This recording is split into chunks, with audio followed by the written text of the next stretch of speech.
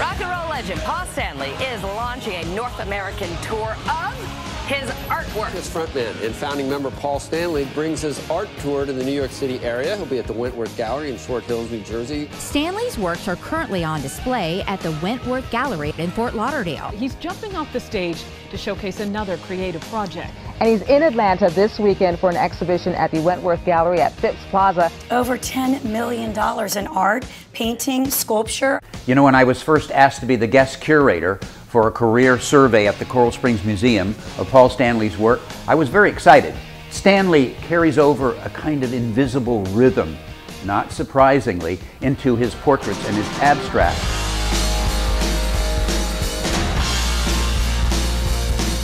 I grew up in a house full of art, so I grew up with fine arts, classical music, rock and roll, everything, and it's very much a part of who I am. So interesting to come into a gallery and see this is the art house that Paul built. I started about 16 years ago when I was going through a divorce, and anybody who's gone through a divorce knows that you might get tired of throwing things at the wall. And maybe it's a good time to get creative. So for me, it was very cathartic to start painting.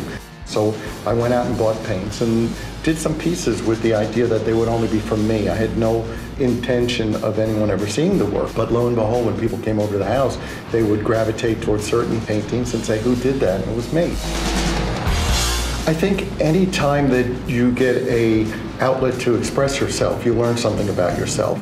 Really, my philosophy has always been about self-empowerment and following your own dreams. What someone tells you is impossible usually means that it was impossible for them. So I'm here to tell you that anything is possible if you work hard enough at it. If I do something that satisfies me, it's going to satisfy other people. And the art seems to resonate with other people, probably because I like it.